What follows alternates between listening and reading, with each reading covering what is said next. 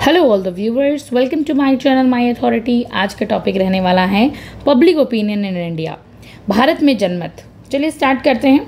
Introduction से start करेंगे। Public opinion refers to the collective preference.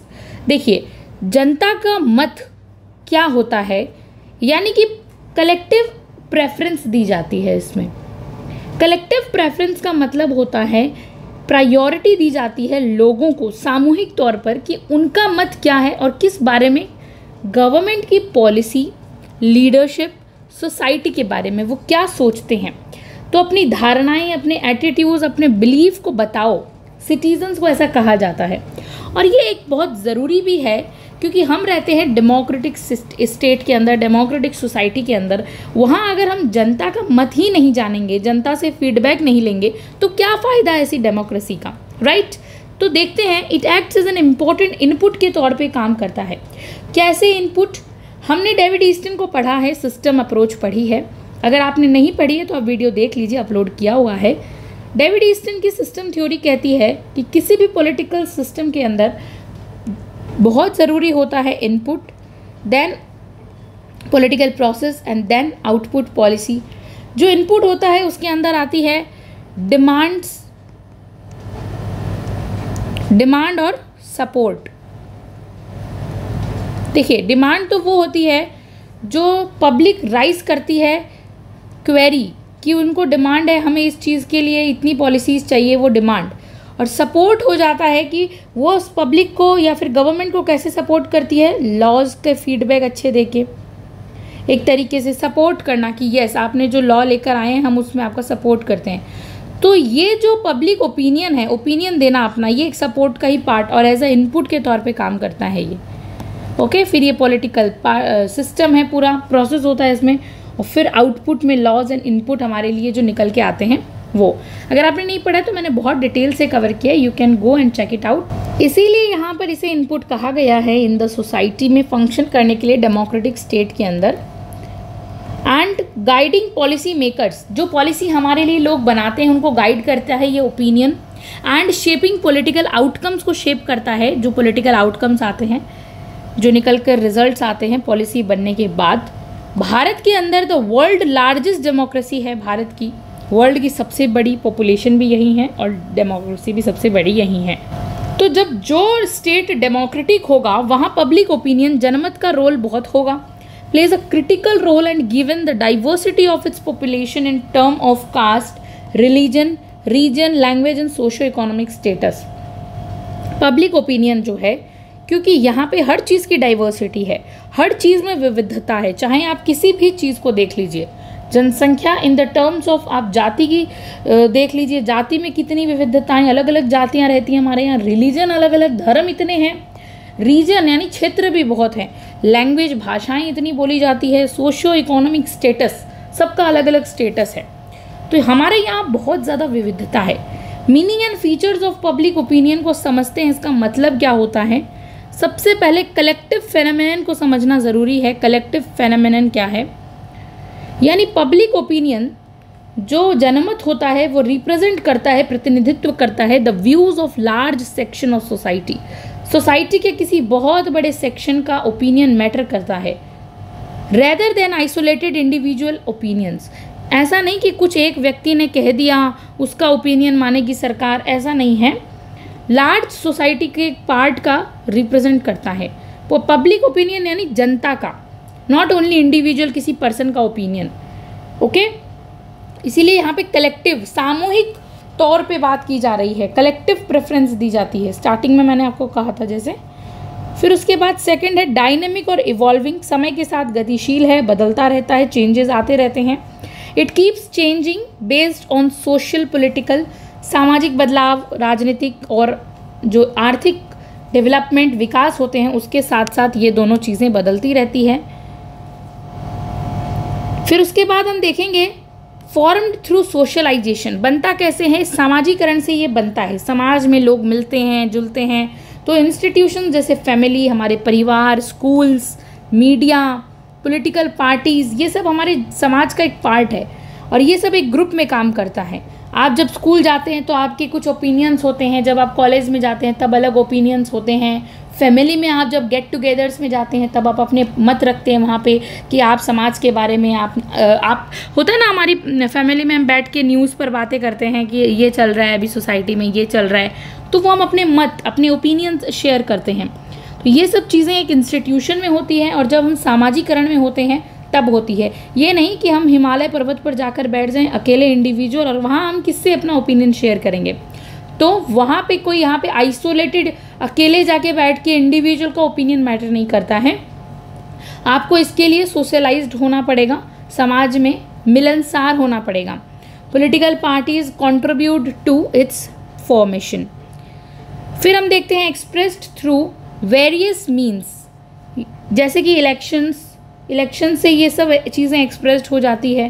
Protest, कोई अगर धरना दे रहा है, मीडिया की डिबेट हो रही है, न्यूज़ चैनल्स पे हम देखते हैं अलग अलग दो मत के लोग होते हैं, आपस में बहस करते हैं। पिटीशंस फाइल हो जाती है, अपील्स वगैरह, पब्लिक मूवमेंट चलाए जाते हैं, लोक आंदोलन एंड मेजर चैनल्स ये सब जोड़ते हैं और वेरियस मीन्स हैं। एक तरीके से हम कह सकते हैं हमें पाथ प्रदान करते हैं, एक रास्ता दिखाते हैं जिसके थ्रू हम अपने ओपिनियंस को, अपनी धारणाओं को, अपने बिलीफ को शेयर करते हैं। इम्पैक्टफुल ऑन गवर्नेंस, यानी शासन के ऊपर ये बहुत ज़रूरी है, इम्पैक्टफुल है। गवर्नमेंट्स इन इंडिया, भारत के अंदर जब हम बात करें गवर्नमेंट की, are sensitive to public opinion, क्योंकि गवर्नमेंट की इंडिया डेमोक्रेटिक है, इसीलिए इंडिया को जनता के मत पर बहुत ज़्यादा सेंसिटिव मुद्दा हो जाता है, उस पर बात माननी पड़ती है जनता की, उन्हीं के बदौलत सरकारें टिकती हैं। स्पेशली ड्यूरिंग इलेक्शंस के समय तो कुछ ज़्यादा ही, क्योंकि सभी को चाहिए होते हैं वोट और वह वोट देती है जनता। तो इस समय ये सरकार पर बहुत इम्पैक्ट डालता है ये पब्लिक ओपिनियन। सरकार आपके ओपिनियन बहुत जानना चाहती है इलेक्शन के टाइम ज़्यादातर। Agencies that shape public opinion India, कौन सी एजेंसीज है जो शेप करती है आपके ओपिनियन को। मास मीडिया की बात करें अगर हम, तो सबसे ज़्यादा, क्योंकि हम सबसे ज़्यादा टेलीविज़न, न्यूज़पेपर्स वगैरह पे देखते रहते हैं न्यूज़ वगैरह, तो newspapers, televisions, digital media platforms तो आज बहुत ज़रूरी है, क्योंकि मोस्ट ऑफ द यूथ, जो जवानी लोग हैं, जवान लोग, वो अपनी जो जवानी है वो कहाँ पर ज़्यादातर टाइम स्पेंड करते हैं, ऑन मोबाइल फ़ोन्स और सोशल मीडिया प्लेटफॉर्म्स, जो आज एक बहुत ही ज़्यादा we can say that normal हो चुका है।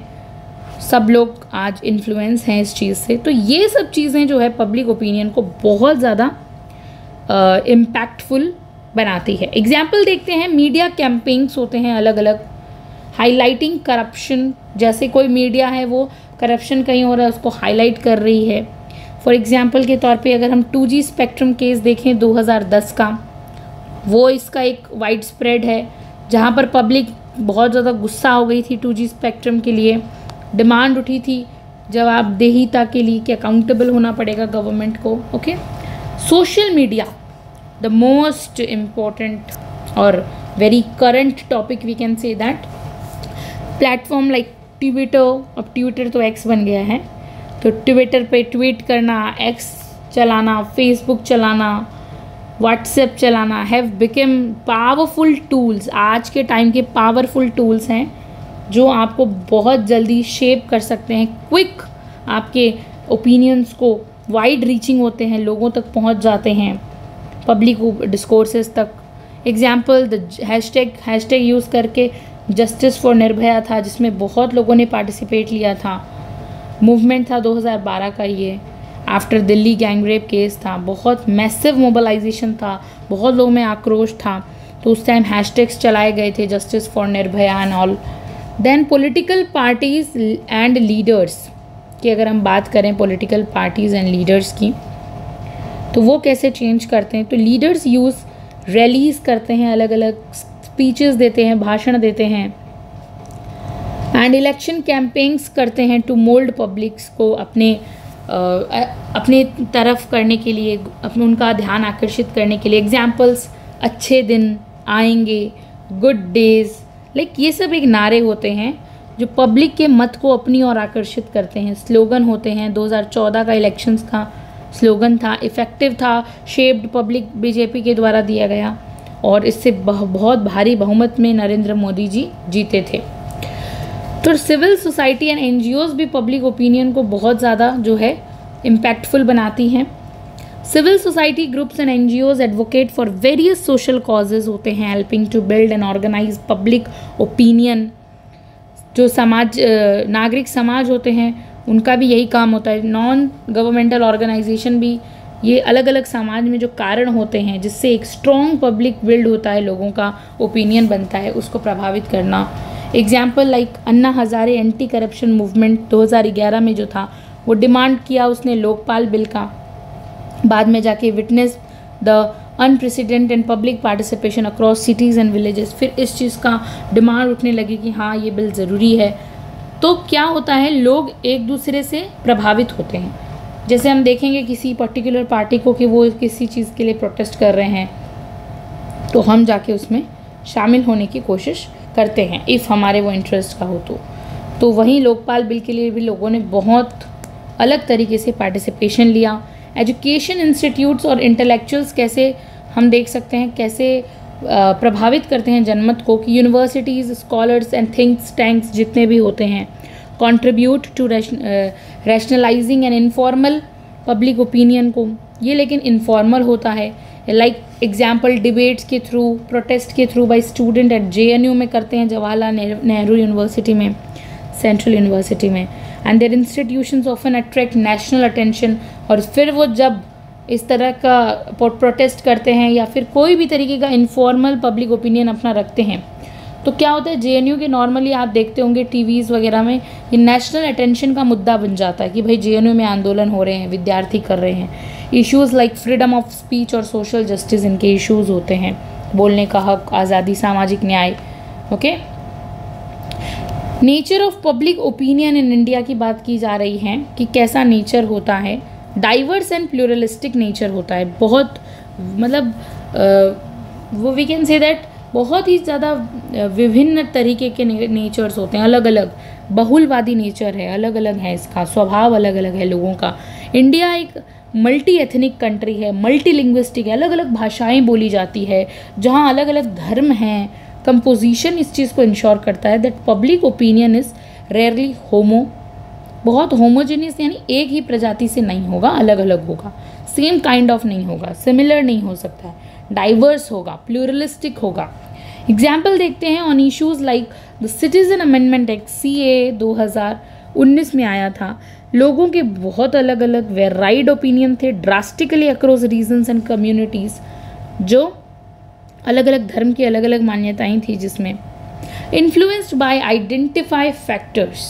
और ये कैसे इन्फ्लुएंस्ड होती है, आइडेंटिफाइड फैक्टर्स के द्वारा, यानी जैसे कि कास्ट इन्हें बहुत ज़्यादा इन्फ्लुएंस करती है, जाति, धर्म, रीजनल आइडेंटिटीज़ लोकल लेवल की, हैवीली इन्फ्लुएंस पॉलिटिकल ओपिनियंस, मतों को, राजनीतिक मतों को इन्फ्लुएंस करती है। एग्जाम्पल देखते हैं कास्ट बेस्ड वोटिंग पैटर्न्स, जो कास्ट के आधार पर लोग वोट देते हैं during elections. Like Uttar Pradesh और बिहार में यही देखा जाता है कि तुम्हारी जात क्या है, मेरी जात क्या है, जात जात भाई भाई, ऐसा लोकल अगर हम बात करें तो समझने के तौर पर ऐसा है। फिर हम देख सकते हैं कि इमोशनल एंड सेंटिमेंट्स ड्रिवन भी होता है, थोड़ा सा इमोशनल भी हो जाता है कभी कभी अगर हो तो ओपिनियन, सिंपैथी के लिए। Public opinion often responds emotionally to issue like terrorism. अभी करंट का मुद्दा टेररिज्म एक बहुत मतलब एक भयावह दृश्य हमें देखने को मिला, इसने भी बहुत ज़्यादा लोगों को झकझोर के रख दिया है। बेगुनाह टेररिस्ट लोग थे वो बेगुनाह टूरिस्ट लोगों पर अटैक कर रहे थे, तो दिस इज़ रिडिक्यूलस थिंग्स। तो इस चीज़ को हम कैसे रिस्पॉन्ड कर रहे हैं, बहुत इसका क्रिटिसिज्म कर रहे हैं कि टेररिस्ट ग्रुप ने ऐसा किया, तो इसको बहुत ज़्यादा वर्ल्ड वाइड इस चीज़ को बहुत ज़्यादा जो है अपने ओपिनियंस लोगों ने शेयर किए टेररिज्म के खिलाफ। करप्शन होता है बहुत जगह पे, भ्रष्टाचार और रिलीजियस मैटर्स अलग अलग होते हैं, धार्मिक मुद्दे। तो ये सब क्या है, आपके इमोशंस और भावनाओं से जुड़े हुए हैं, सेंटिमेंट से जुड़े हुए हैं, ये भी पब्लिक ओपिनियन को बहुत ज़्यादा इफेक्ट करते हैं। Examples following Pulwama terror attack, Pulwama ने सभी को बहुत ज़्यादा, ये टेरर अटैक, पहलगाम का टेरर अटैक अभी करंट में, public opinion strongly favoured decisive government against the action Pakistan. और अभी आप देखिए ऑपरेशन सिंदूर हुआ, तो वो क्यों हुआ? क्योंकि लोगों ने भाई डिमांड की मोदी जी से और सेंट्रल गवर्नमेंट से, सेना से, कि पाकिस्तान से बदला लिया जाए। जो 26 निर्दोष लोग मारे गए थे, क्यों? तो ये क्या लोगों की भावनाओं से जुड़े हुए चीज़ें हैं। अर्बन रूरल डिवाइड, यानी कि urban areas have faster more digitalised opinion cycle है। वहाँ के लोग पढ़े लिखे होते हैं, साक्षर होते हैं और ज़्यादा से ज़्यादा we can say that technology से जुड़े हुए रहते हैं वो लोग। तो क्या है, वो अपने जो ओपिनियन को ना बहुत फास्टली पहुंचा देते हैं, ओके, डिजिटलाइजेशन के द्वारा पहुंचा देते हैं।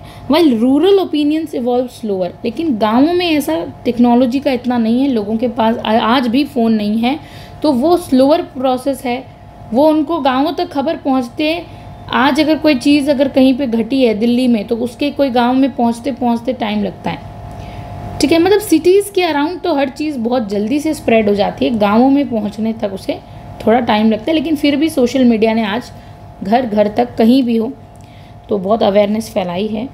जैसे कि हम देख सकें कि through traditional community based interactions होते हैं, वहाँ पे कम्युनिटी बेस्ड इंटरेक्शन होते हैं। नॉर्मली आमने सामने लोग पारंपरिक तौर पे बहस करते हैं, वाद विवाद करते हैं, चर्चा करते हैं बैठ के चौपालों पर, आज भी गाँवों में।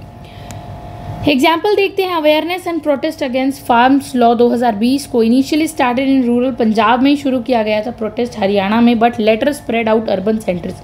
लेकिन ये चीज़ें पहले गाँवों से शुरू हुई, रूरल एरियाज़ में शुरू हुई बिकॉज पंजाब हरियाणा के, और बाद में जाके स्प्रेड हुई अर्बन सेंटर्स में।